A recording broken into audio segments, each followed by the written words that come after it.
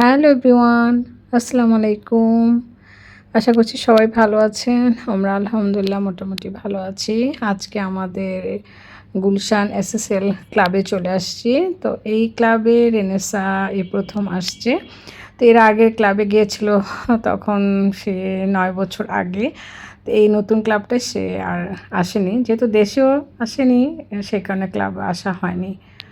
তো আজকে আমরা একটা কাজে বের হয়েছিলাম, সেখান থেকে এই ক্লাবে চলে আসছি। তো ভাবলাম রুফটপে চলে যাই, এখান থেকে সুন্দর দৃশ্য দেখা যায়। পুরা ভিউটা মানে এত সুন্দর উপভোগ করা যায়। আজকে এত সুন্দর ওয়েদার। আর রুফটপে সন্ধ্যার পর গরম গরম কাবাব খাওয়া যায়, যেটা দিনের বেলা এলে পাওয়া যায় না। রেস্টুরেন্ট আছে, সেখান থেকে আপনি আপনার পছন্দ মতো খাবার খেতে পারবেন। আর সন্ধ্যার পরে আসলে আপনি আপনার পছন্দের কাবাবটা খেতে পারবেন। তো এই তো আমরা চলে আসছি। আর মানে কি বলবো বাংলাদেশে তো কোথাও মানে তেমন কোনো রিক্রিয়েশনের জায়গায় খুঁজে পাই না। বিভিন্ন রেস্টুরেন্ট আছে, সেখানে খাবারগুলো আমরা আসলে আপনাদের ভাইয়াকে নিয়ে সবসময় খেতে চাই না। আমাদের ক্লাবের খাবারগুলো কি হয় যে অনেক ফ্রেশ থাকে, সেই ক্ষেত্রে মানে এখানের খাবারটা নিঃসন্দেহে মানে মন মতো খাওয়া যায়, খেতে ভালো লাগে, মানে ফ্রেশ মেন্টালির দিক থেকে আপনি একটা গুড ফিল করলেন। আর অরিজিনালি তো এখানের খাবারগুলো ফ্রেশই থাকে, সেই ক্ষেত্রে আমরা এখানের খাবারটাই বেশি পছন্দ করি। যদি আগের মতো এখন আসা হয় না, আপনাদের ভাইয়া আগে প্রায় প্রতিদিনই আসতো, তারপর এখান থেকে আমার জন্য খাবার নিয়ে যেত, নয়তো ড্রাইভারকে দিয়ে পাঠিয়ে দিত। তো সেই দিকটা চিন্তা করে আপনাদের ভাইয়াকে চাই মাঝে মাঝে নিয়ে আসতে, যদি সময় সুযোগ হয় না। তারপরও আমি আপনাদের ভাই অসুস্থ হওয়ার পর ওকে কয়েকবার নিয়ে আসছি। তো আজকে ছেলেকে নিয়ে আসছি। তো আজকে একটা অন্য রকম অনুভূতি, যেহেতু সঙ্গে ছেলে আছে, আপনাদের ভাইয়া, আমি তিনজনই বসে গল্প করব, খাবো। আসলে আগের জীবনটা একরকম আনন্দের ছিল, এখন একরকম যাচ্ছে। এই তো যখন আল্লাহ তাআলা যাকে যেই পরিস্থিতিতে রাখে সেইভাবেই আপনাকে মেনে নিয়েই সুন্দরভাবে জীবনযাপন করার চেষ্টা করতে হবে। হয়তো আপনি বাঁচতে পারবেন না, মনে কষ্ট নিয়ে জীবনযাপন করা অনেক কষ্ট। যার যখন পরিস্থিতি আসবে ঠিক তখনই সে বুঝতে পারবে। এছাড়া কাউকে বলে আপনি আপনার নিজের দুঃখ কখনোই বোঝাতে পারবেন না। শুধু আমার বেলায় না, সবার বেলায় সেম। মনে দুঃখ কষ্ট নিয়ে বেঁচে থাকা যে কতটা কষ্টের, তার মাঝে হাসি মুখে বেঁচে থাকাটা সবাই পারে না। যেটা আমি সবসময় চেষ্টা করি আমার পরিবারের জন্য, আমার পরিবার ভালো থাকবে, সেই চিন্তাটাই আমি সবসময় করি। যাই হোক, আলহামদুলিল্লাহ আমাদের খাবার চলে আসছে। আমরা আজকে হালকা খাবারই খাবো। তার মাঝে রেনেসা কাবাবগুলো টেস্ট করবে। সেই কারণেই আজকে আসা, যে হালকা কিছু খেয়ে এখান থেকে আমরা আবার বাসায় ফিরে যাব। বাসায় আবার আমার মা আছে, মাকে রেখে আসলে বেশিক্ষণ আমরা বাইরে থাকি না, চেষ্টা করি চলে যাওয়ার জন্য। তো এখানে আসলে আমাদের কাছে সবসময় ভালো লাগে, যাই খাবার খাই না কেন মনটা একদম ফ্রেশ লাগে। বেশ অনেকক্ষণ বসে গল্প করলাম, মানে মেন্টালি দিক থেকে অনেকটা ফ্রেশ হয়ে বাড়ি ফিরে যেতে পারি। এতদিন আপনাদের ভাইয়াকে নিয়ে যেখানে যেতাম একটা আতঙ্ক কাজ করতো, যেটা আলহামদুলিল্লাহ এখন আর করে না। সাথে ছেলে থাকার কারণেই কিন্তু মনে অনেকটা সাহস পাচ্ছি।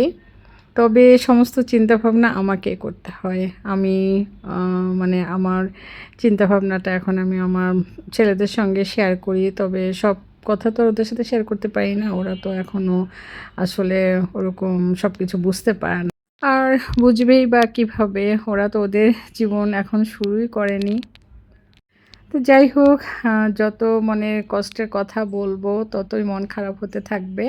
তো এখন আমরা গরম গরম কাবাব খাচ্ছি। এখানে রেশমি কাবাব, আপনার ফিশ কাবাব, তার সঙ্গে আছে বিফ কাবাব, বটি কাবাব, চিকেন টিক্কা, নানা রকমের খাবার আছে।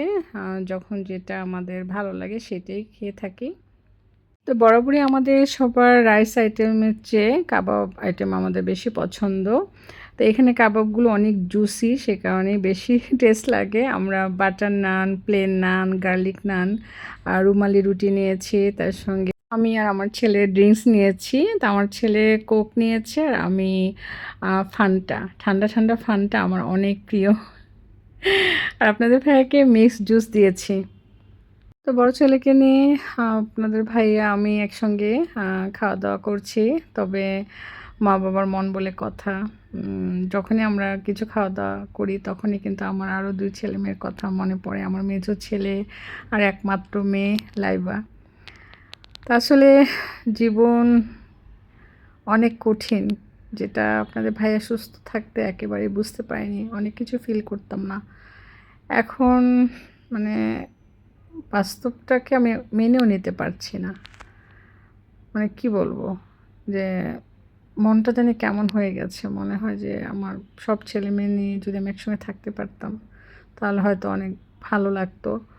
তবে যার জীবন যার জীবন কীভাবে সুন্দর করা যায় সেই চিন্তাটা তো আমাকে করতে হবে। ওরাও ওদের চিন্তা করছে। সেই কারণে কিন্তু আমাদের এই কষ্টটা যে বাচ্চারা একদিকে, আমরা একদিকে। আর মেইনলি বেশি খারাপ লাগে আপনাদের ভাইয়া অসুস্থ হয়ে যাওয়ার পর থেকে আমার আমার নিজের কাছে আর আগের মতো সব কিছু ভালো লাগে না। এটাই মানে চিরন্ত সত্য কথা। তারপর আপনাদের ভাইয়াকে ভালো রাখার জন্য আমি সবসময় চেষ্টা করি যে ও আমাকে ভালো রেখেছে, এখন আমার দায়িত্ব ওকে ভালো রাখা। এই চিন্তাভাবনাটাই আমার সবসময় আমার মনের মাঝে কাজ করতে থাকে। আগে অনেক বাইরে ঘোরা হতো, অনেক প্রোগ্রামে যেতাম, রেস্টুরেন্টে যেতাম। আপনাদের ভাইয়া অনেক ব্যস্ত থাকতো। আমি আপনাদের ভাইয়ার অপেক্ষায় বসে থাকতাম যে ও কখন আসবে, ওর সঙ্গে বাইরে যাব। আবার ও কখন বাসায় আসবে, ওর সঙ্গে একসঙ্গে খাওয়া-দাওয়া করব। তো এখন আপনাদের ভাইয়াকে নিয়ে আমার সময় কেটে যায় যে ওর সব কিছু আমার করে দিতে হয়। ওকে খাবার-দাবার খাওয়ানোর থেকে শুরু করে ড্রেস আপ সব কিছুই আমার নিজের খেয়াল রাখতে হয়। আগে তো এই মানে কাজগুলো আমাকে করতে হতো না। আপনাদের ভাইয়া সুন্দরভাবে রেডি হয়ে যেত আর আমাকে বলত, "তুমি রেডি হও।" আমি ঝটপট করে রেডি হয়ে চলে যেতাম। এখন আপনাদের ভাইয়াকে রেডি করে আমি রেডি হয়ে কোথাও যেতে গেলে অনেক সময় দেখা যায় মানে আমি অস্থির হয়ে যাই। তারপরও চাই যে ওকে নিয়ে একটু বাইরে ঘুরে আসি, তাহলে ওর মনটা ভালো লাগবে।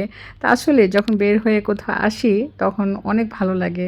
মনে হয় যে এই আনন্দটুকুই আমার আমার জীবনের সবচেয়ে বড় পাওয়া। এই পাওয়াটাই স্মৃতি হয়ে থাকবে। তা আমি ক্যামেরায় বন্দি করে রাখি। আ সেই থেকে আমি আপনাদের সঙ্গে একটু শেয়ার করি। আমার ইউটিউব চ্যানেলেও আমি শেয়ার করি। আমার অনেক ভালোবাসার মানুষ আছে যারা আমার ভিডিওর অপেক্ষায় থাকে। তাদের চিন্তা করে আমি অনেক দিন পর পর হলেও একটু ভিডিও শেয়ার করার চেষ্টা করি। তার পাশাপাশি ভাবি যে এটা স্মৃতি হয়ে থাকবে। কখনো আমার ইচ্ছে হলো আমি সেই ভিডিওগুলো দেখলাম, আমার কাছে ভালো লাগবে। সেই চিন্তাভাবনা থেকে আমি এখনও একটু একটু করে ভিডিও শেয়ার করছি। তবে আমি কন্টিনিউয়াসলি মেনটেন করতে পারছি না, কারণ ভিডিও করা পর্যন্ত শেষ না। এটা এডিটিং করতে হয়, ভয়েস দিতে হয়, তারপরে আপনাদের সঙ্গে আমার শেয়ার করতে হয়। আপনারা যারা অনেকেই আমাকে ভালোবাসেন, আমিও কিন্তু আপনাদেরকে অনেক ভালোবাসি, মনে করি, ভাবি যে হয়তো আমাকে খুঁজছেন, আমার ভিডিওর অপেক্ষায় আছেন। সেই ভাবনাটা যখন মনের মাঝে নাড়া দিয়ে উঠে, তখনই আমি একটু করে ভিডিও করা শুরু করে দেই। এটাই হলো আসল কথা। এখন আর আগের মতো ভিডিও করতে আনন্দ পাই না। সেই কারণে আপনারাই একটু খেয়াল করলে দেখতে পাবেন আমার ভিডিও আপলোড দেওয়ার পেছনে লম্বা সময় গ্যাপ হয়ে যায়, যে লম্বা সময় আমি ভিডিও আপনাদের সঙ্গে শেয়ার করি না। এদিকে আমরা একটা মজার ক্ষীর খাচ্ছি। এই ক্ষীরটা খেলে মনে হচ্ছে যে আইসক্রিম খাচ্ছি। আমার অনেক প্রিয়, আপনাদের ভাইয়েরও অনেক প্রিয়।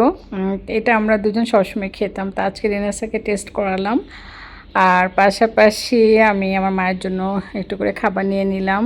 ভাবলাম যে যাওয়ার আগে আবারও এই সুন্দর দৃশ্যটা দিকে তাকিয়ে থাকি। মনটা আজকে অনেক ফ্রেশ লাগছে। মাঝে মাঝে মনে হয় যে এমন সুন্দর পরিবেশে, সুন্দর ওয়েদারে যদি আমি সারা রাত বসে থাকতে পারতাম, যে আমার কোনো চিন্তাভাবনা না থাকতো, আমি খোলা আকাশের দিকে তাকিয়ে আমার সমস্ত জীবনের আনন্দ সময়টুকু আমি ভেবে ভেবে কাটিয়ে দিতে পারতাম, তাহলে হয়তো আমার কাছে অনেক বেশি ভালো লাগতো। এখন দেখা যায় অনেক কথা আপনাদের ভাইয়ের সঙ্গে শেয়ার করতে পারি না। আমার অনেক চিন্তাভাবনা আমার একান্তই নিজের মাঝেই থেকে যায়। সেই কারণে আমার মনটা প্রায়ই খারাপ থাকে। তারপর আমি অনেক অনেক চেষ্টা করি ভালো থাকার। সেই ভালো থাকাটুকুই আমি আপনাদের সঙ্গে শেয়ার করি। আপনারা সবাই আমাদের জন্য অনেক অনেক দোয়া করবেন, আমার পরিবারের জন্য, আপনাদের ভাইয়ের জন্য বেশি বেশি করে। পাশাপাশি আমার 2 ছেলে মেয়ের জন্য অবশ্যই অনেক অনেক দোয়া করবেন। আল্লাহর অশেষ রহমত আর আপনাদের সবার অনেক অনেক দোয়ায় আপনাদের ভাইয়া এতটুকু ভালো আছে। সেই ভালো থাকাটা যেন আগামীতে আরও ভালো হয়ে ওঠে, তার জন্য আরও বেশি বেশি দোয়া করবেন। আজকে খুব সুন্দর একটা সন্ধ্যা কেটেছে।